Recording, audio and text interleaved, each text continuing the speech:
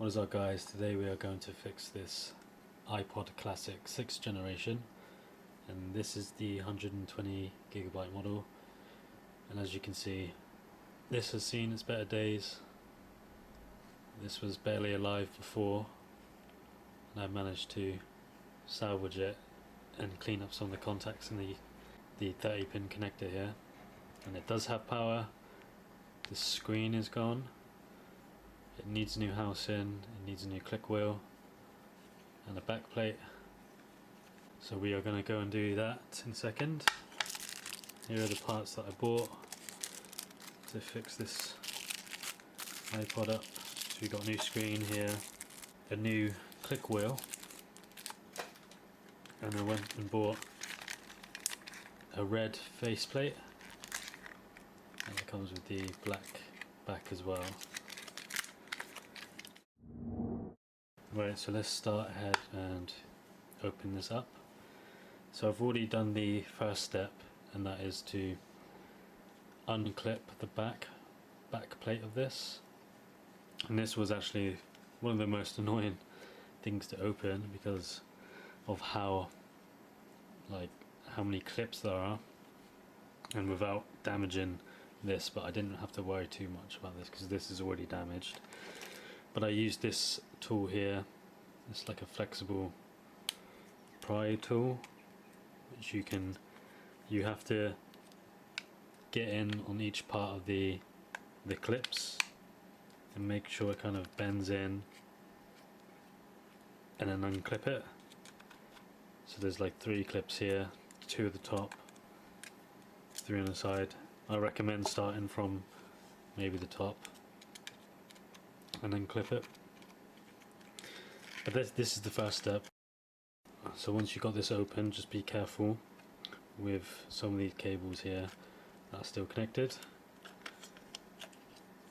This is for the audio jack. We want to disconnect the battery, which is located, the battery is located here, the ribbon cable is connected here, and we want to get maybe a flathead or like some tweezers. Just lift up the black tab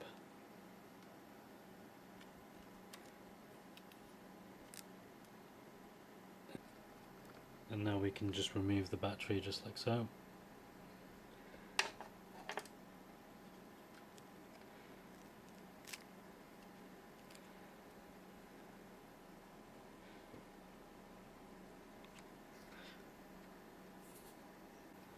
Once the battery is off, you want to flip this hard drive this way, and we want to remove the ribbon cable here, disconnect it from the logic board. Right, so the best way to do this is probably to use your Pry Tool and unclip this black tab. You want to just flip it up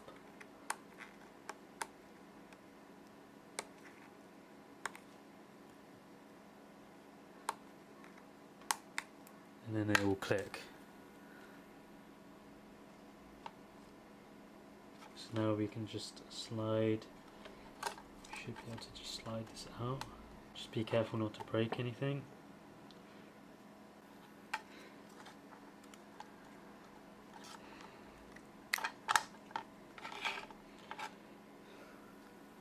So there we go, that's the hard drive out now.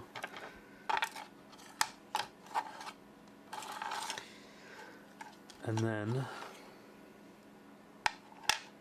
we want to remove the audio jack ribbon cable, which is located here. Same again, there's another black tab to lift open. Will be the orange tab for that one.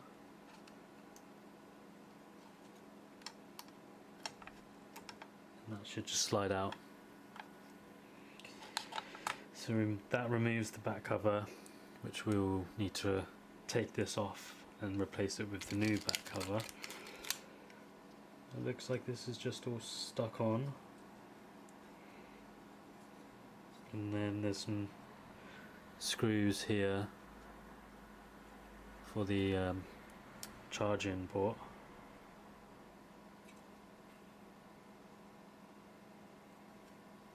and the buttons as well, we need to remove them. Right, so on to removing the screen itself. So we've got another ribbon cable here. Lift up the black tab.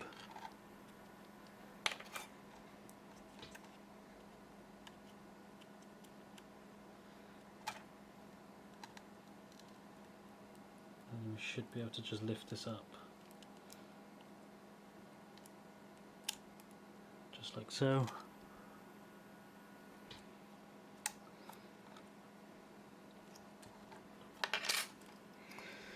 And after that we want to remove the inner housing, this metal housing here. So we have 3 screws, Phillips head screws on one side, same again on the other. So we need to remove that.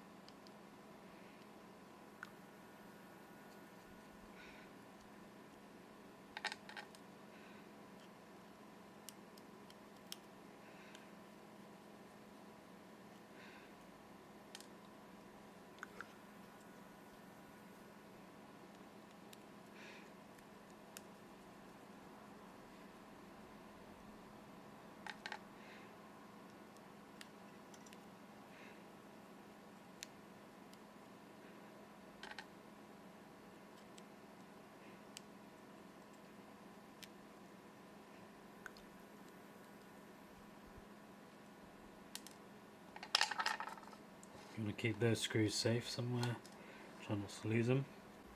Now that all the screws are off, we want to separate the front panel from the inner frame. The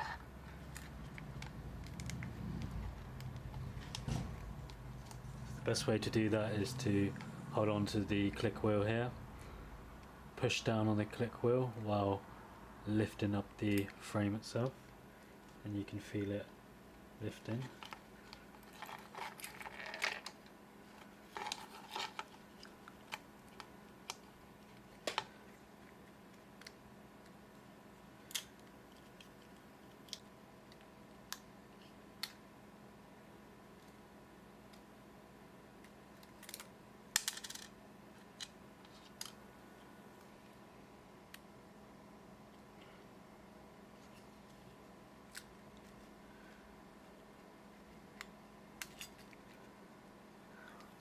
Watch out for this little clip here.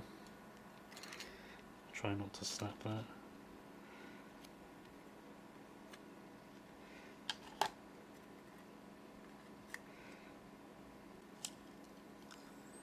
So we can just remove the broken screen.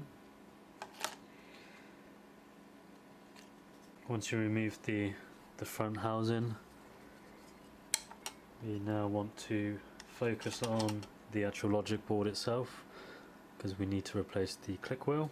So we need to remove these 2 Phillips head screws here. They're very tiny. I should be able to just remove the logic board from the frame itself.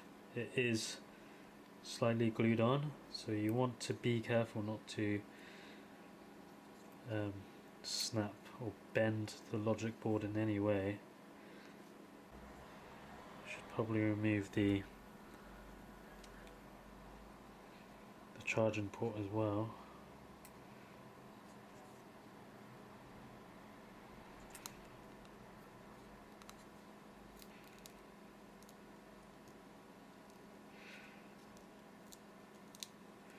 I'm just gently pressing in, and I can hear the adhesive loosening up. I don't want to do it too hard, just in case I break something.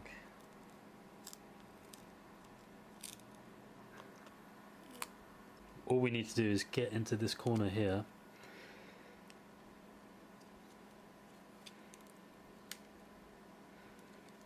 Okay, so I didn't need to do that. That's fine. This just completely comes off.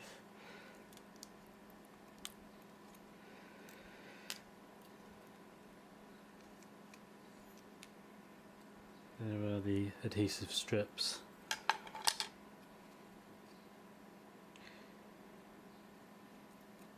Alright, so now we want to disconnect the click wheel from the logic board.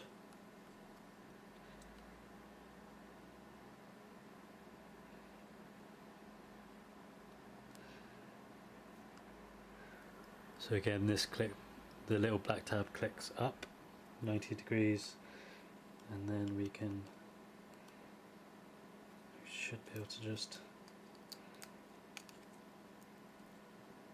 this is stuck on, you can just lift that up and that will remove that.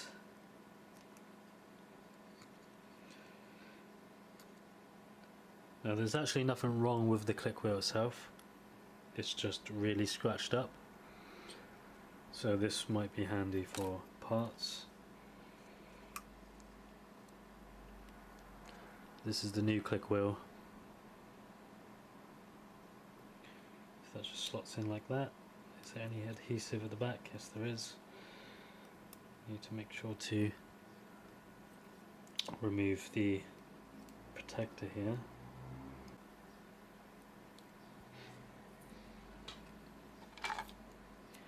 Right, now we can replace the click wheel.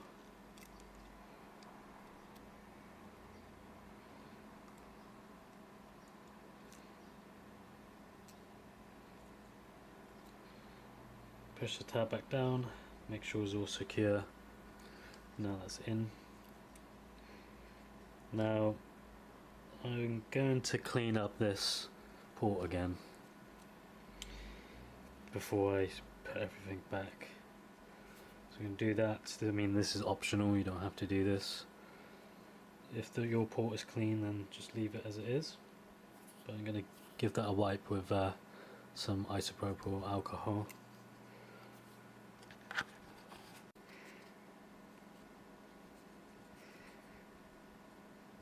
I mean, this port is covered in dirt, as you can see on the cotton bud. So it might be just worth giving the contacts a little clean, especially if yours is an old, really old Ipod Classic that hasn't been used for a while. Now, I'm not sure if there's supposed to be glue here, so I'm not too sure if I should try and clean this up.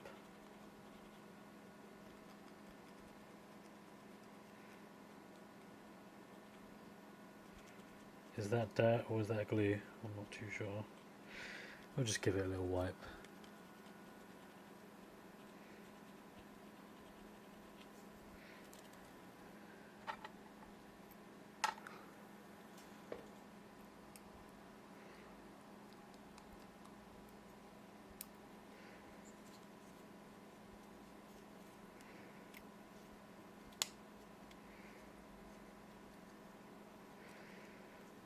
Okay, that seems about right. Need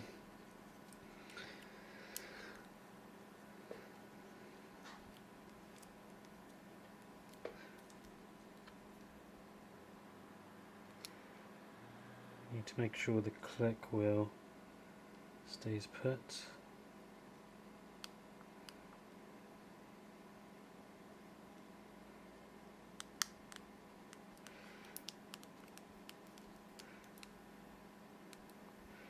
That seems fine.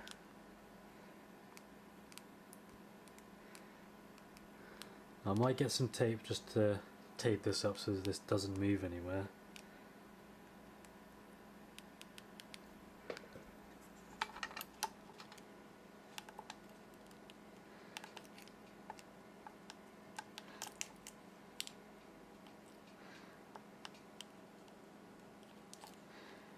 Make sure everything lines up.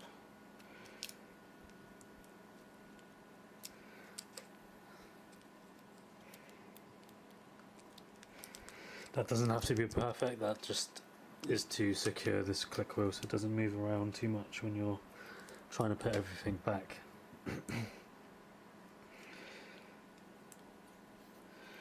Right, so I'm going to go back to the front case. Now, this is our replacement. Nice red colour instead of the black.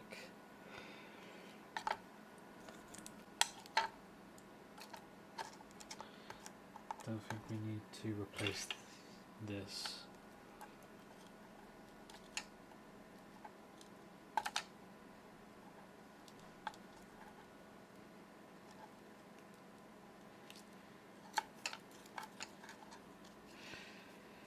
I'll take this protective sticker and stick it on the other one.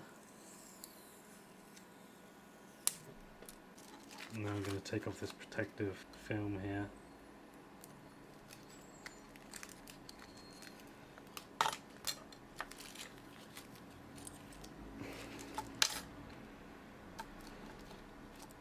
Oh, we need to put these screws back in, which I completely forgot before taping that up together.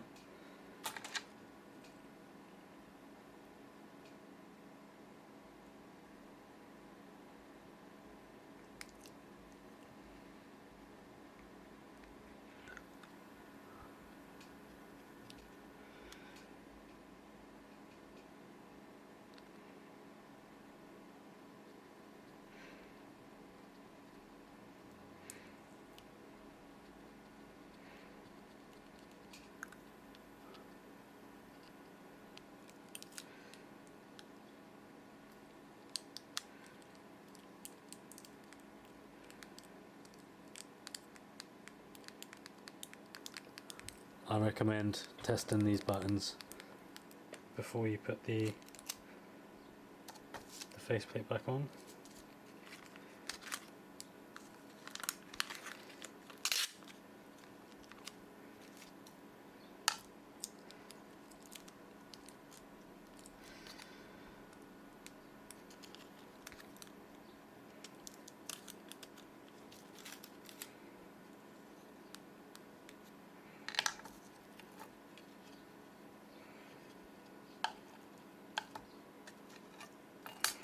We should probably put the screen on the front facing plate first.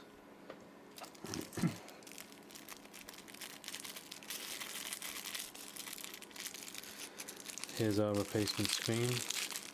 I mainly bought all of this from AliExpress. So the screen, the housing, the click wheel was all from AliExpress.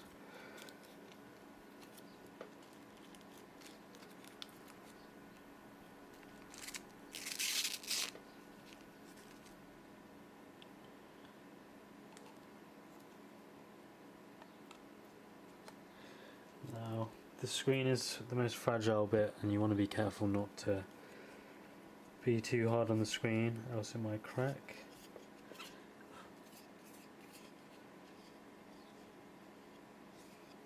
That looks fine to me.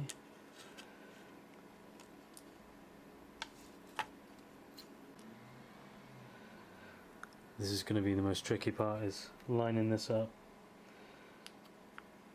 making sure this doesn't move too much.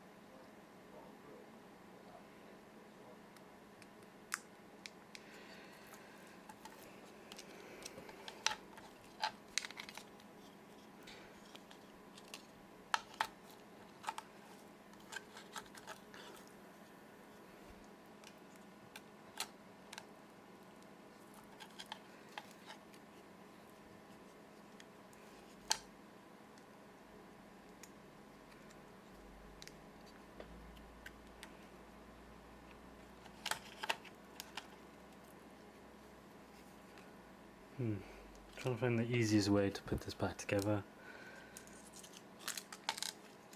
Which doesn't seem to be an easy way.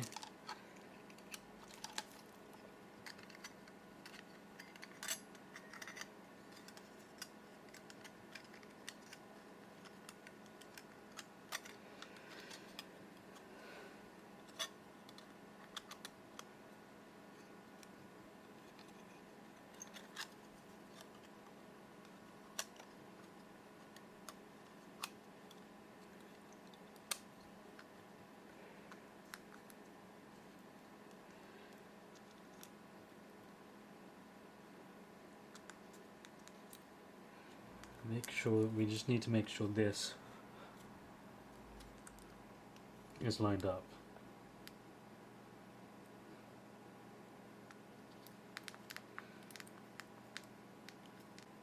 I've touched the screen a couple of times, so I'm just going to wipe it, give it a little wipe. Okay, can we put this in front now without anything moving?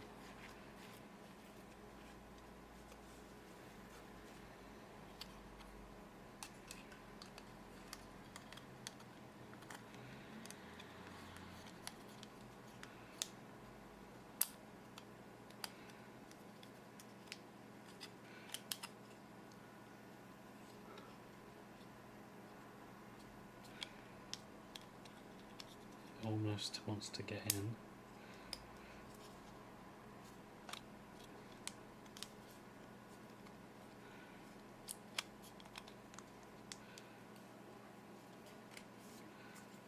Click wheel seems to be a bit too high. There we go. Straighten it up.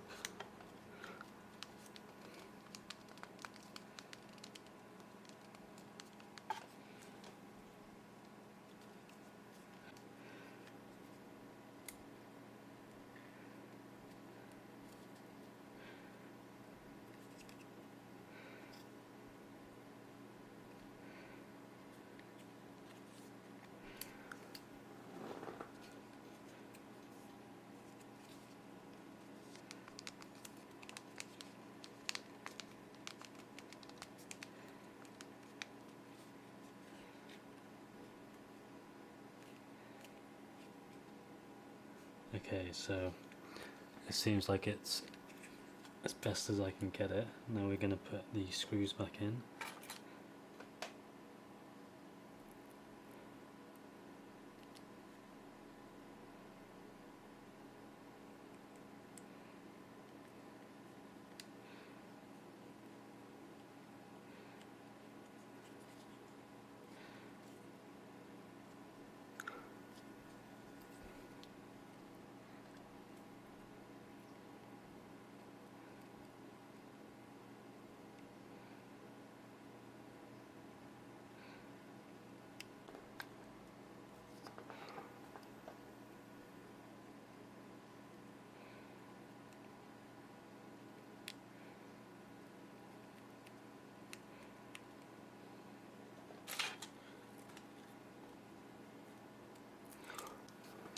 Alright, so now that this is in, the housing is on. Clicks fine. All the buttons click, so that's a good sign. Now I'm just going to reconnect the LCD ribbon cable to the logic board.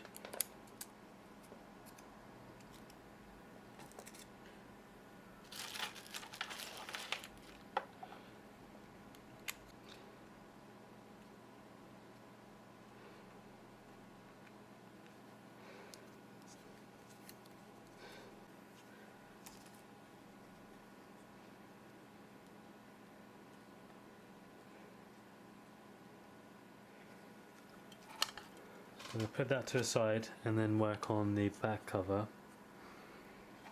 So this is our replacement, which is black, and our broken one, which is dented. I think the first thing I'm going to do is remove this protective USB cover.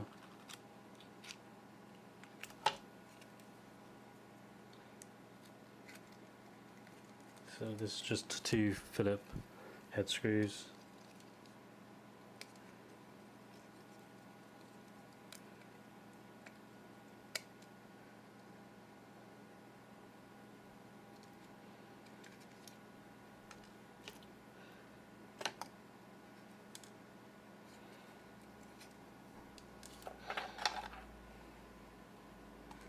Put that to one side, and then lift up this black tape.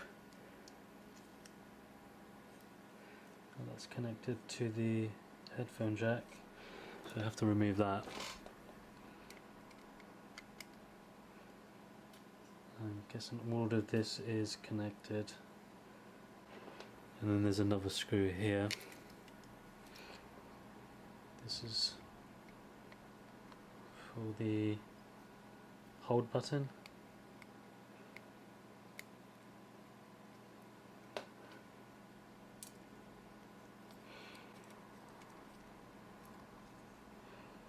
And then there's one, there is one up there as well.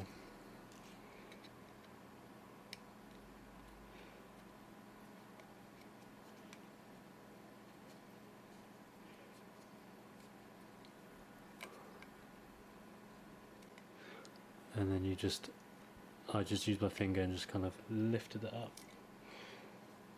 Is this stuck on?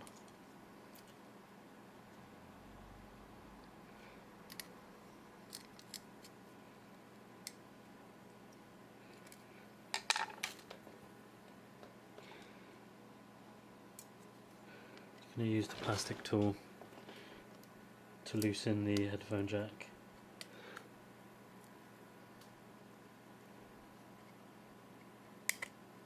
Oops. Oh, there is another screw hidden away up here, preventing me from removing this.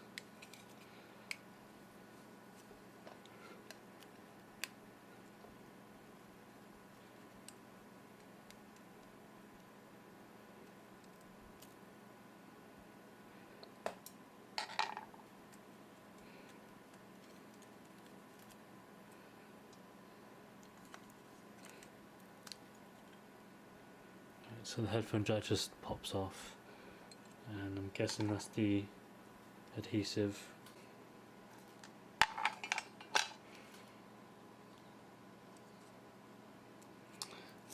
I might actually stick some adhesive tape, double-sided tape, on these just so it holds it in. Okay, so instead of the double-sided tape, I'm going to use some of this foam glue, which works with metals, plastics, or anything. So I'm just going to put some here.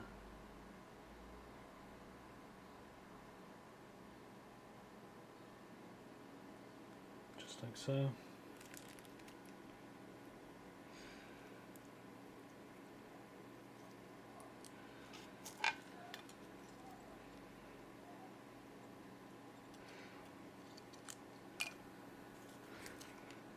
Try my best to fit it exactly perfect, perfectly aligned. I can put the screws back in.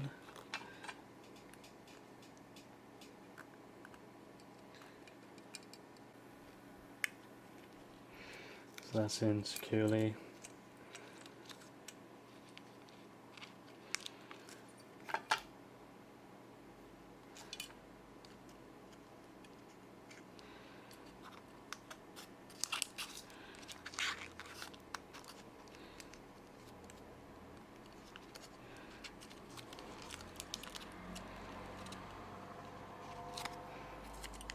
I need to get the hold button in. Seems to be quite tricky.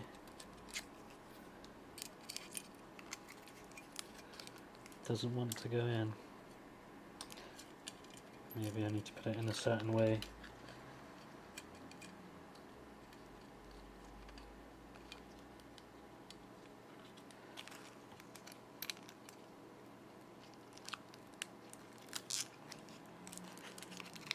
Okay, there we go.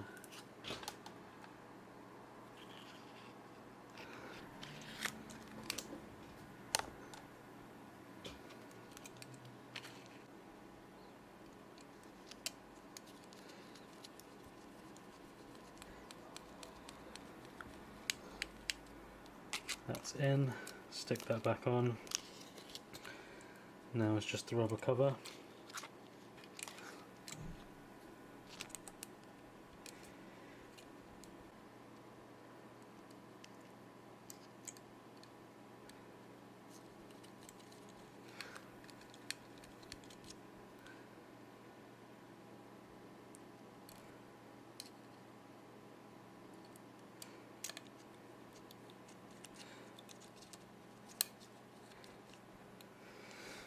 there we go.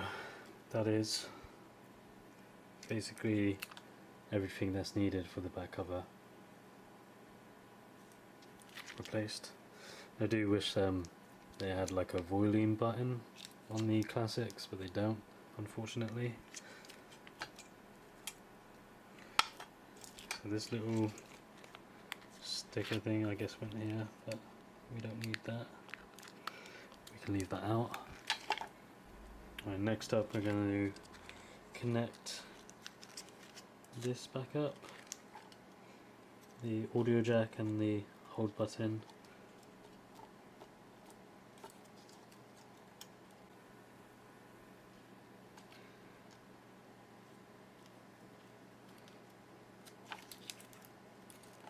It's not very easy to put back.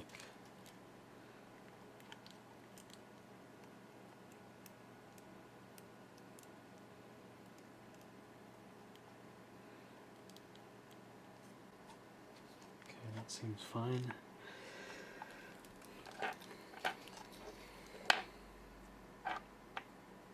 Now the hard drive.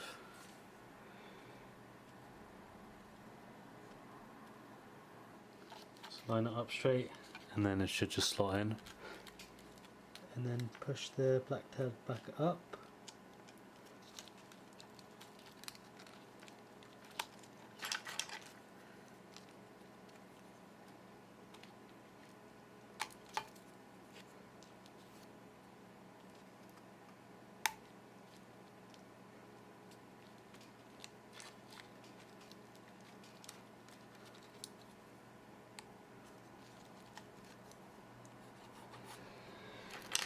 Right, that's in now.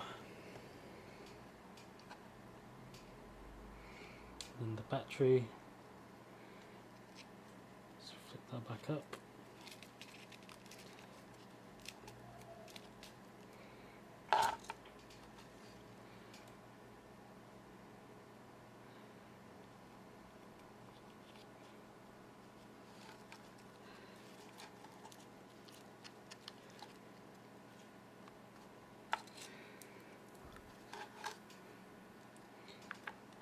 Probably do with a new battery, to be honest.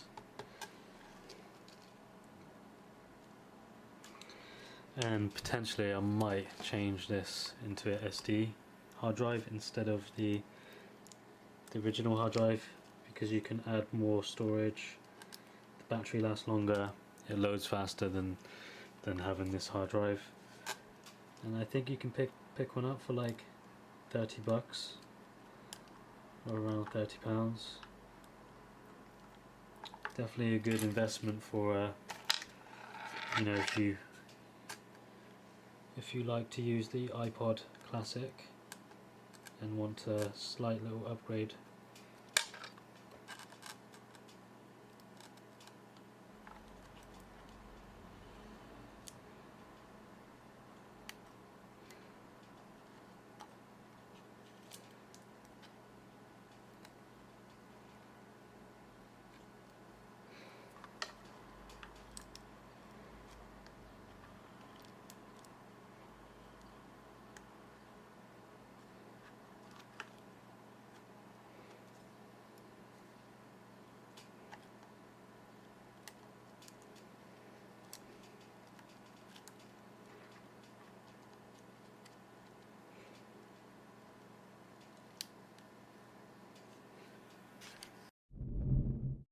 Right, so I ran into a few problems when putting back the Ipod Classic, and basically what happened is this power connector here came loose. So I think when I was disassembling it, I must have broke the connections where it's soldered onto this, you can't see, onto this connector here, and they're not easy to fix. You need like proper soldering tools to be able to solder one of these back on. So this is basically a new logic board right here. And the other problem was the screen was faulty, so this is a new screen. I think it came faulty because all the connections seem fine. So I got a new screen, and also the hard drive was making clicking sounds when I was connecting it to the computer. So it wasn't booting up and it was crashing my computer, like making everything stop working, like the internet and stuff, which is kind of weird. I don't know if it was the connection or the hard drive that was crashing the computer.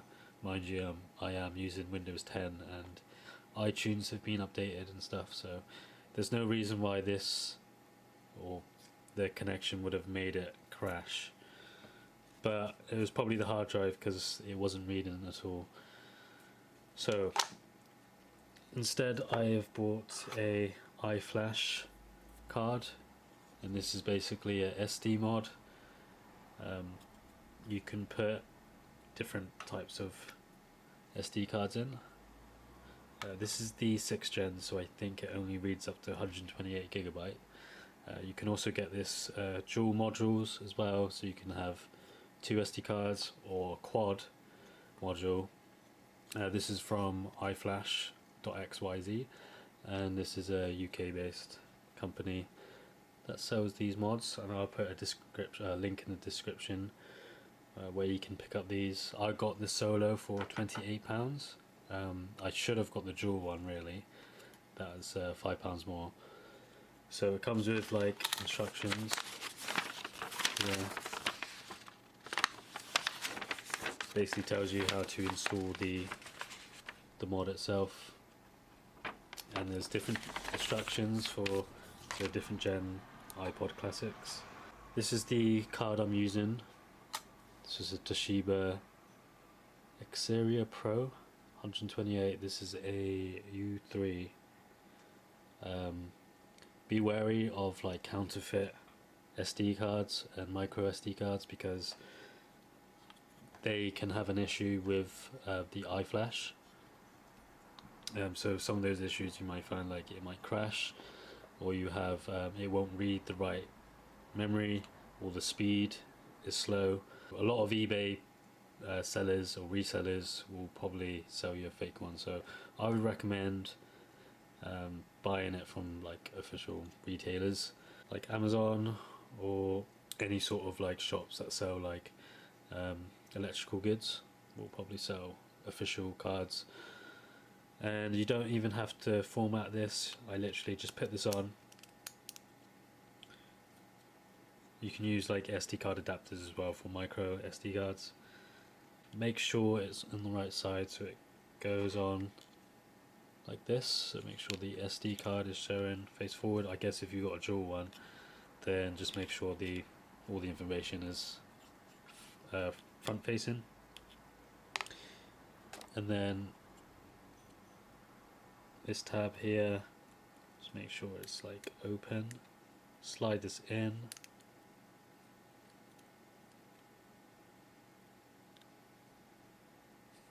Clip it back on. And as simple as that. So this replaces the hard drive. You're gonna get like a faster read for loading up your songs,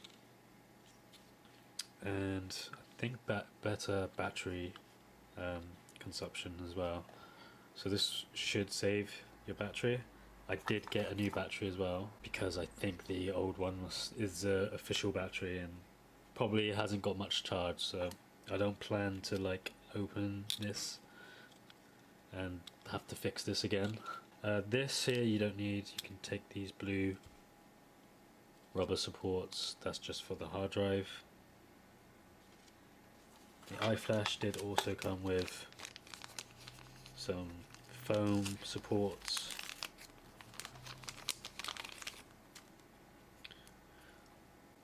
So we're just going to place one here where the SD card sits, and then one in the back as well. Probably, yeah, we'll put it.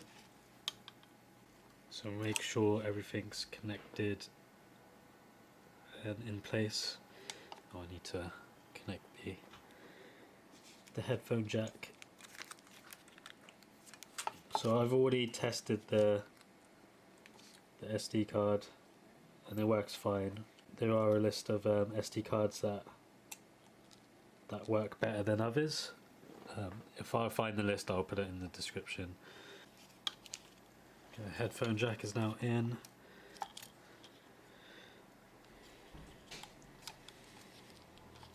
Let's connect the battery up.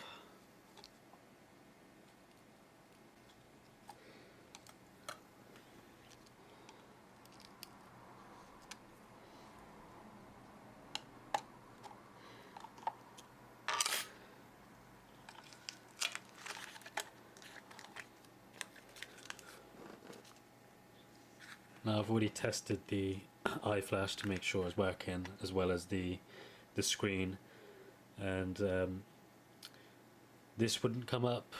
Normally it will tell you, like, it will come up with a screen saying please connect to iTunes to restore your iPod, and you don't need to like format the SD card in like prior to putting it in. Literally just get it in, put it inside the iflash, and then load it up or connect it to your PC and restore your iPod using iTunes. And this is the result. So finally this is working after a few trial and errors. And there you go, it shows you how much memory you got left. I definitely should have got the Duo just because I can have double the memory, but then you would have to buy another SD card, so 128 is enough, but I guess I can always upgrade this if I wanted to. We're going to put this back together. Now,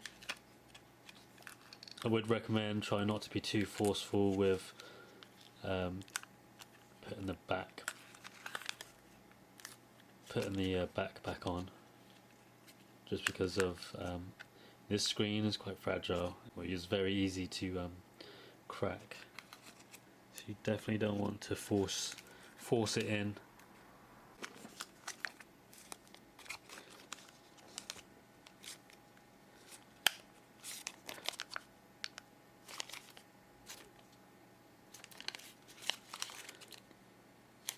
Right, that looks flush now.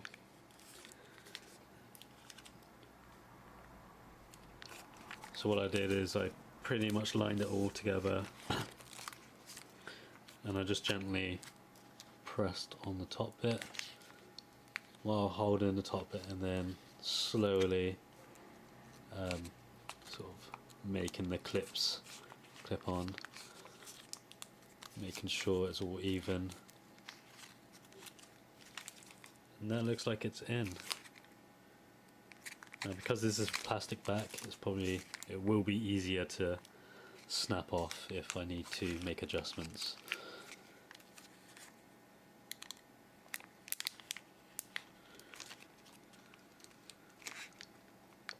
And the screen is still intact, so that's a good sign. So we can peel this off now. And then there's another screen protector here.